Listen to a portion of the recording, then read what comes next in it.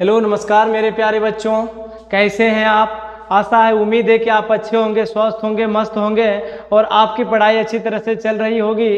तो चलिए ध्यान दीजिए, आज हम लोग त्रिकोणमिति का टेबल जो आपको रटाया जाता है, जहाँ पे आपको किसी भी टीचर्स के द्वारा आपको ये मान रट लो, ये मान रट लो, वो मान रट लो, 33 रट लो, 60 रट लो। तो आज हम लोग इस टेबल को ऐसे चुटकियों में इसको हल करेंगे, ऐसे दिमाग में सेटल कर देंगे जो कि जिंदगी भर हम इसको कभी भूल नहीं पाएंगे। तो चलिए ध्यान दीजिए, ये आपका क्लास 10th ट्रिग्नोमेट्री का ये लेक्चर नंबर आपका 4 है। तो बाकी 2 लेक्चर्स को आप पीछे वाले लेक्चर्स को आप लोगों ने नहीं देखे हैं तो आप अपने YouTube चैनल वाल स्टडी पे जाएं, वहां पे जा करके उसको सारी वीडियो को एक बार आप जरूर देख लें। हमने पीछे वाले लेक्चर्स में बताए थे त्रिकोणमिति को जितने भी सारा फॉर्मूला था, मात्र एक ऐसा डायग्राम हमने लिया, उस डायग्राम के सहारा से माध्यम से हमने लगभग 50+ फॉर्मूला को ड्राइव करके दिए हैं, उसको बच्चे को सिखाए हैं। तो चलिए स्टार्ट करते हैं बिना देरी किए हुए। त्रिकोणमिति का टेबल जो आज तक आप लोग पढ़े होंगे तो आपको रटाया गया होगा, लेकिन आज आपको रटना नहीं है, सिर्फ सीखना है। ध्यान दीजिए। तो चलिए स्टार्ट करते हैं। सबसे पहले आप लोगों को इस तरह का एक टेबल बना लेना है, ये चीज आपको ध्यान में रखना है। हमने लिखे 0 से 90 डिग्री तक सभी त्रिकोणमिति अनुपात का मान कैसे ज्ञात करें। तो ध्यान देंगे कि हम लोग कैसे इस मान को ज्ञात कर सकते हैं। बहुत आसान तरीका है, तो उसको ध्यान दीजिए आप लोग, है ना। चलिए तो यहां से हम लोग ध्यान देंगे, है ना। सबसे पहला काम है आपका कि यहां से 0, 30, 45, 60, 90 बना लेंगे। इधर आपका त्रिकोणमितीय रेशियो बताए थे पीछे वाले लेक्चर्स में कि जो त्रिकोणमितीय रेशियो होते हैं, यानी जो अनुपातिक राशि होते हैं, वो 6 होते हैं। साइन, कॉस, टेन, कॉट, सेक, कोसेक होते हैं। तो सबसे पहले आप लोग यू साइड में आप sine, cos, tan, cot, cosec, sec, इन सारी मानों को आप एडजस्ट कर लेंगे। फिर 0, 30, 45, 60, 90 लिख लेंगे। आज हम लोग क्लास 10th में सिर्फ 0 डिग्री से लेकर आपको 90 डिग्री तक के मान को ही सिखाना है। तो चलिए बिना देरी के समझाते हैं। सबसे पहला काम है आपका, यहाँ पे 0 से लिखना स्टार्ट करेंगे हम लोग, है ना। 0 से लिखना स्टार्ट करेंगे। यहाँ पे लिखेंगे 1, है ना। यहाँ पे 1 लिखेंगे, यहाँ पे 2 लिखेंगे, यहाँ पे 3 लिखेंगे और यहाँ पे क्या लिखेंगे, 4 लिखेंगे। चलिए अब हम लोग बात कर लेते हैं, थोड़ा सा ध्यान दीजिएगा, है ना। अब इसको सभी मानों में 4 से भाग लगा दीजिए। सभी मानों में आप लोग 4 से डिवाइड कर दीजिए, 4 से भाग लगा दीजिए। चलिए ध्यान दीजिए।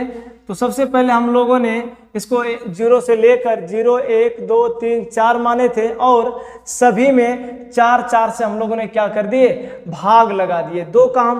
और अब आगे हम लोग क्या करेंगे, इसमें आप लोग रूट चढ़ा दीजिए। सभी को मानों के ऊपर आप रूट चढ़ा दीजिए, ठीक है। इस पर रूट चढ़ा दिए हैं। फिर इसको भी हम लोग रूट के अंदर लिखेंगे, फिर इस मान को भी हम लोग रूट के अंदर लिखेंगे, ठीक है।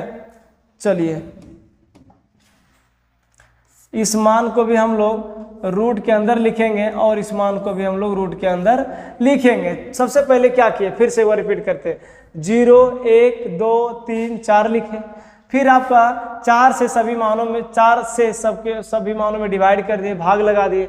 फिर उस पर हम लोग ने रूट चढ़ा दिए सब पर। अब ध्यान दीजिए, जो जो कटता है उसको आप लोग कटा दीजिए, है ना। जो कटता है उसको आप कटा दीजिए। ध्यान दीजिए। तो 0/4 को जब हम लोग भाग लगाएंगे तो आपका ये मिलेगा 0, और 1/4 को अगर हम रूट से बाहर करें तो 1 का वर्गमूल 1 ही होगा और 4 का वर्गमूल क्या होगा, 2 होगा। इसको जब हम लोग काटेंगे तो ये कट जाएगा 2 से 1 बार में, ये 2 से 2 बार में। तो इसको अगर 1 का वर्गमूल निकालेंगे तो 1 होगा और √2 का कोई वर्गमूल ही नहीं निकलेगा। तो हम लोग इसको 1/√2 लिख सकते हैं।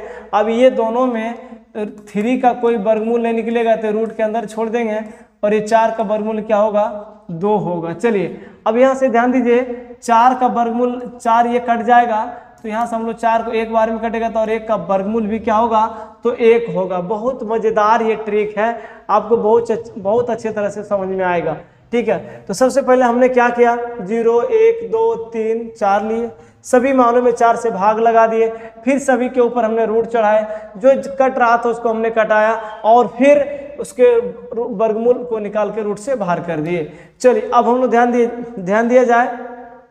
आप लोगों को हम बताए थे कि साइन का उल्टा, पीछे वाले लेक्चर बताए थे कि साइन का जो उल्टा मान होता है वो कोसेक होता है।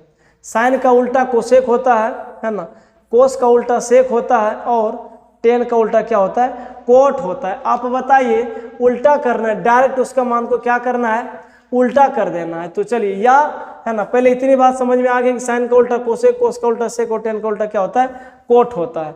चलिए तो अब हम लोग बात कर लेते हैं। ये तो साइन आप पूछेगा कैसे, पूछेगा आप लोग से साइन 0 डिग्री का मान क्या होता है, 0 कहेंगे। साइन 30 का मान क्या होता है, तो 1/2 कहेंगे। साइन 45 डिग्री का मान क्या होता है, 1/√2 कहेंगे। साइन 60 डिग्री का मान क्या होता है, √3/2 कहेंगे। साइन 90 डिग्री का मान क्या होगा, तो 1 होगा। ये आपका साइन का मान कंप्लीट रूप से निकल गया। अब हम लोग क्या करेंगे, देखिए यहां से क्या कीजिए, एक हैंड को यहाँ पे लगाइए और एक हैंड को यहाँ पे, राइट को राइट साइड, लेफ्ट को लेफ्ट साइड। अब यहाँ से सारा मान को हम लोग उलट करके लिख देंगे।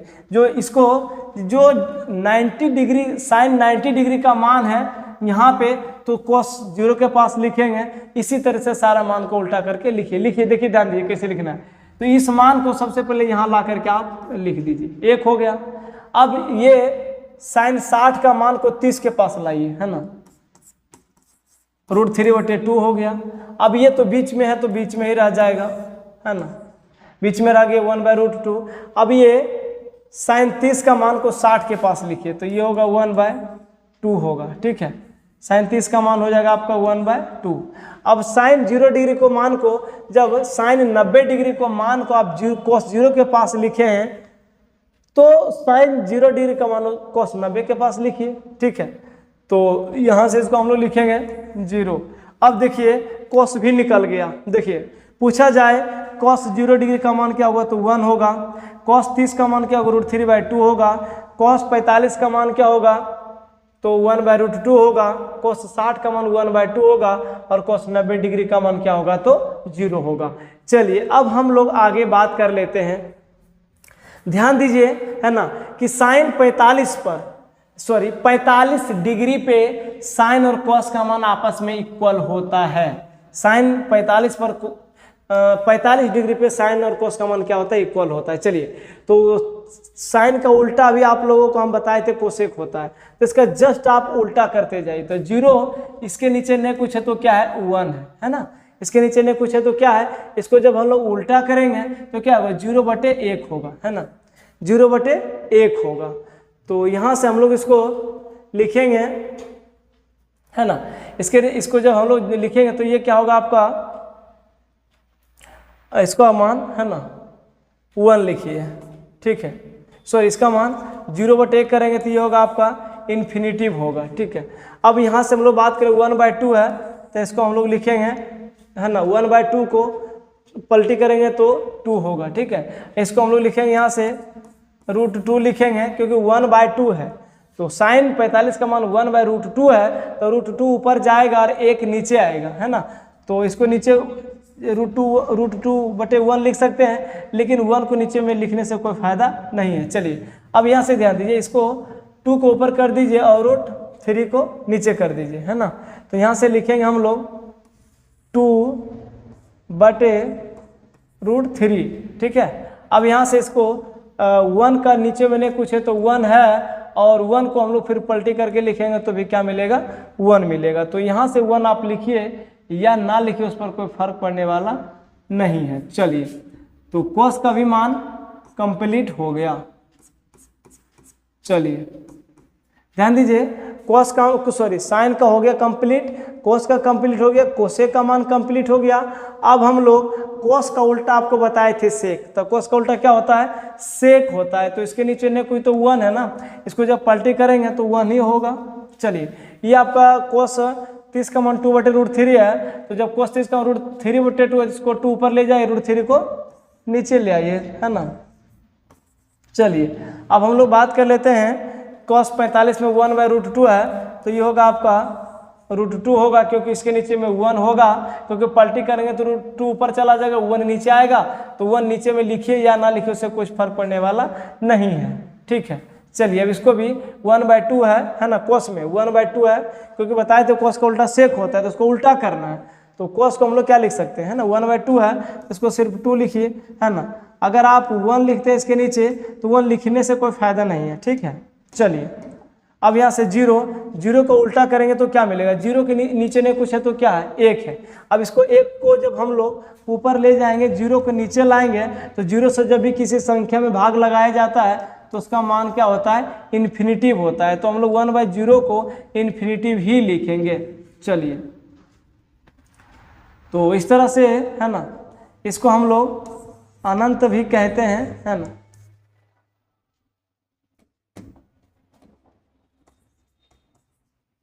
इसको अनंत कहते हैं। ठीक है, चलिए अब तो साइन कॉस सेक कोसेक ये तो इतना कंप्लीट हुआ।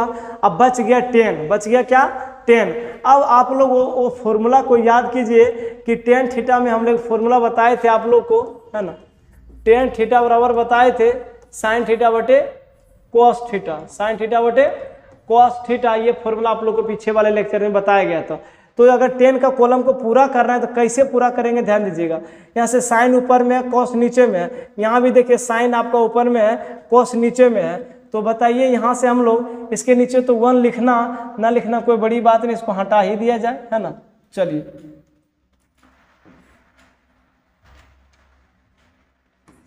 है ना।